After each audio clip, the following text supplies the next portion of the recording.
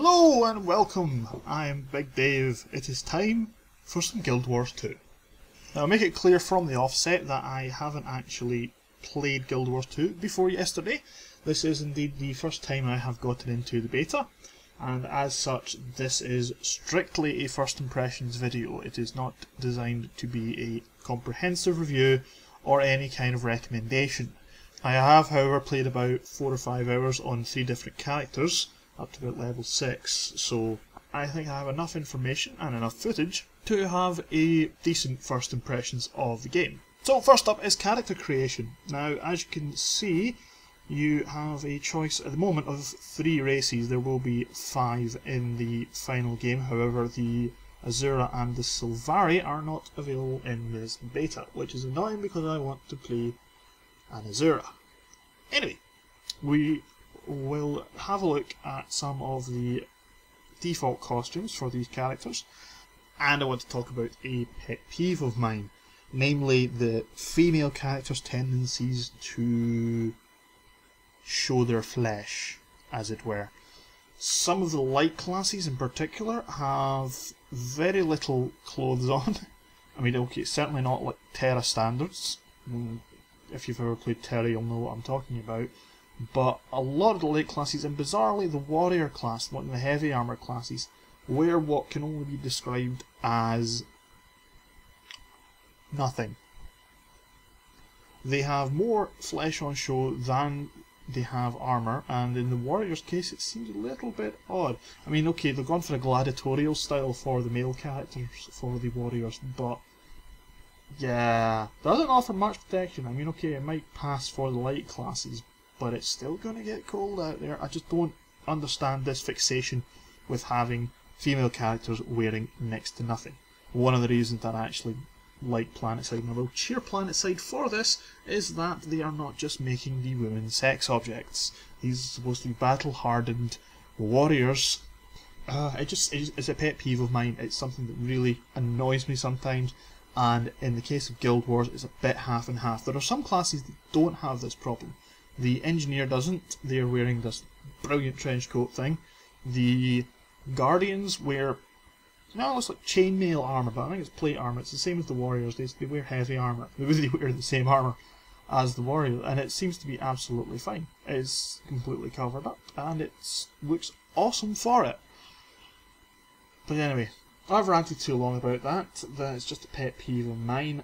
And we'll go on to the rest of the character creations. And what's actually quite good about this character creation is the sheer depth of the body and face sliders. It's not quite as in depth as something like a single player or even Champions Online or All Points Bulletin, which okay wasn't strictly a massively multiplayer game, but it's got some awesome character creation in it. In the case of Guild Wars, you can choose from a fair few hairstyles, some natural colour tones for the skin and hair. Depending on your race, you get things like tattoos and stuff like that on your forehead. What actually really impressed me, and this is a small detail, but it's really good and I really like it, is that you can choose the colour for your starting armour, and not only that, but it will carry through, at least it's carried through for the first 6 levels or so, to any armour that you pick up or buy. So if you choose green and yellow and orange for your chest plate, just to make it look absolutely garish, that will continue throughout the whole game. I don't know if, I think you can buy dyes to change them, but that will be your default colours, so you'll keep your default colours for, well, I don't know if it goes throughout the whole game and whether it comes up to the final tiers or any epic gear or stuff like that, but it certainly keeps to the armour that you get in the starting areas, which is a nice little touch, and I'm fairly pleased about that, because things like Lord of the Rings Online, while it let you customise your armour in the character creation screen, as soon as you got into the first area you got a brand new set of armour that was grey and it was boring. And yes, you could dye things different colours, but you still had to buy the dyes, you still had to dye every piece of armour that you got. It seems that Guild Wars is doing that differently, and that the default armour colours for anything you pick up is the colours you set in the character creation screen, which is really good. Lord of the Rings Online had some really good fashion. I mean, really good armour sets, and not only that, you didn't have to wear the epic ones. You could wear your normal clothes over the top of it, and it looked like you were wearing your normal ones. I hope that Guild Wars 2 has a similar fashion sense to Lord of the Rings Online, because there's nothing better than seeing a hobbit wearing a pimping hat and a long coat. Except maybe an Azura wearing a pimping hat and a long coat, because that is what I look forward to. We're going to have to wait until retail because I can't play an Azura. Nah. So if you're at all into Guild Wars 2, or if you're in the beta yourself, you'll know about the rest of character creation in that you sort of build your story up, you build your background up. It depends on race and it depends on class. So for something like a thief, you would choose various things that are like based in the thief. The guardian, it would be based in various virtues for the guardian. And then if you're human, you get a selection of human stuff that will go into your human story. Stuff for the Norn, you get a Norn story, and it changes it slightly every time. You create a new character, so it does add a bit more variety to playing the same race. I created one human character that was a commoner, and I created one human character, this one, that was a noble. And while the starting quests were the same for the initial area, once you get out of that area, which is basically the tutorial area, the stories really did branch off. I mean, in the case of the noble, you ended up at a party in celebration of your deeds in the tutorial area, and then a fight breaks out. In the case of the commoner, you go to an inn where a fight breaks out. So not really that different, but, you know, one was a swanky soiree with a magician, and the other one was a barroom brawl where you could pick up a bottle and shank people. As a Glaswegian, I've fairly appreciated the ability to pick up a bottle and smash it over someone's head. Go figure. It's in my blood. I don't care. Your blood is all over the floor as well. But that's what happens when you shank people. So yeah, the stories were similar but significantly different, that it would add some variety should you decide to choose another character of the same race. As for questing itself in general, really quite varied. There are very few quests. Quests are more like, go to this place and find something to do, which I appreciate is a different way of doing the quest. It's different from what's been done before, but it ultimately ends up as the same thing. You go somewhere, you either pick up things, you kill things, or you do some other stuff, and then you get a reward for it. It's pretty much all public quests. It seems to be all public quests, which is it's an interesting way of doing things. The events do seem to rotate quite often. They do seem to come up more than once, although I have to say, in my case, I think I only found the same event happening twice, maybe 2 or 3 times. It didn't seem like it was overly repetitive, although I admit I have only played about 4 or 5 hours of the game. It may well happen once you get out of the initial 1 to 10-ish area. It may happen a bit more often. It might start looping. I know a lot of people have complained about that in the last stress test weekend, so I can't really comment on that. But my first impressions of it seems fairly nice. It's comfortable enough, it's familiar enough that it's not too scary, at least at the start, and it's new and fresh enough that it doesn't seem to be... It didn't trigger the same fatigue that I got when I played the Old Republic. Because when I got the Old Republic, the first thing that happened was you got a kill quest, a fetch quest, and all this kind of stuff, and it just instantly brought back the Valley of Trials in World of Warcraft.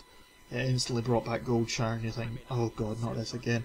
And yes, okay, I got to max level purely because of the storyline in the Old Republic, but so far, Guild Wars 2 has not sparked that same fatigue, which is a good sign for my liking, because for my experience, it doesn't matter who you're playing the game with. If the game itself fatigues you, you should stop playing. I learned that the hard way when playing Warcraft. I jumped out quite quickly with the Old Republic because it just did not interest me anymore. Guild Wars 2 looks to be enough of a difference in the way it does its quest and the way it handles its story that it could keep my attention and be fairly fun for it. I've not tried an instance yet. I've not tried group parties. I have tried the PvP, and the PvP seems quite good. Bit of a clusterfuck, but then again I didn't have many abilities when I went in there, because I went in there at level 2 and all I had was Smash and Big Smash with a big two-handed weapon. Yeah, I died a lot. I died so much. The dodging mechanic is something that's quite different as well. It's not really been in much of other games. The fact that you can move around while attacking is also quite nice. It makes it feels different from World of Warcraft. It feels different from the Old Republic. It feels different from Lord of the Rings Online. That's the whole point of this game, is that it's familiar but different. It's not the revolution we were hoping for. It's certainly a decent evolution on the concept of an MMO, at least so far. And yeah, I think this could do really well. It's one of these really interesting points in the genre as a whole in massively multiplayer online games, where Guild Wars 2 sits at that point where you can see where MMOs are going and where it came from in the same game. It is a fast evolving genre, and things like PlanetSide are going to come and bring in the FPS side of things. Then you look at something like the Elder Scrolls Online, the preview footage of that, and you think, that just looks old. It looks like Warcraft. That's the thing, it looks like Warcraft, so it feels old. No one is going to go from Warcraft to a Warcraft alike. I think the reason that the Old Republic is getting a free ride at the moment is because it's a different setting, the story is really good. With Guild Wars 2, the setting is the same-ish as Warcraft. The story is really good, the mechanics are different enough. It's got the familiarity, as I've said before, of a fantasy MMO and a hotkey MMO for that matter. I mean, it may be billed as an action-oriented game, and yes, it is. It's certainly more active than World of Warcraft, where you can just stand there doing nothing and you shoot your lightning bolts.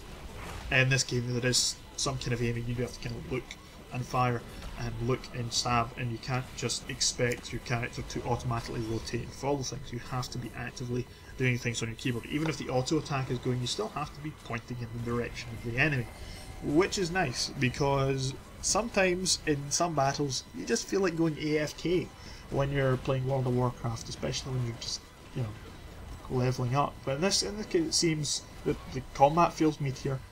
The combat is a lot more involved. You might find it's not so much involved in the first few levels, but it does get better. Even about level 6 or 7, it does get a lot more involved. Once you start breaking out your skills, once you start getting new abilities, once you try different weapons, because every weapon that you get has different abilities, and different weapon combos, if you dual wield, have different abilities. And it's something that's it gets away from World of Warcraft's 4 bars of everything that you can possibly ever want and never be able to hotkey all of them. It gets around that by having all these abilities linked to different weapons. So if you want to have area of effect, you pick a weapon that gives you a lot of area of effect attacks. Say like the two-handed hammer that I have on my Guardian has a fair few area of effect attacks, has a few defense attacks. If you want something that is all your tanking abilities on it, you get Sword and Shield. So rather than having all your tanking on one bar and all your abilities all over the place, and just basically having a screen full of buttons to press and not knowing where all the buttons are, and having problems understanding what everything does and when to use everything, you are limited. And it's the limitations that bring the combat system out. The limitations of I've always said this, that you give a player too much freedom, they won't know what the fuck to do. You give them a free roaming sandbox, they'll get lost. You have to give a player direction, and it's not just in questing that you need to give them direction, it's not just in maps that you need to give them direction, it's in the way they play the game. You need to direct them.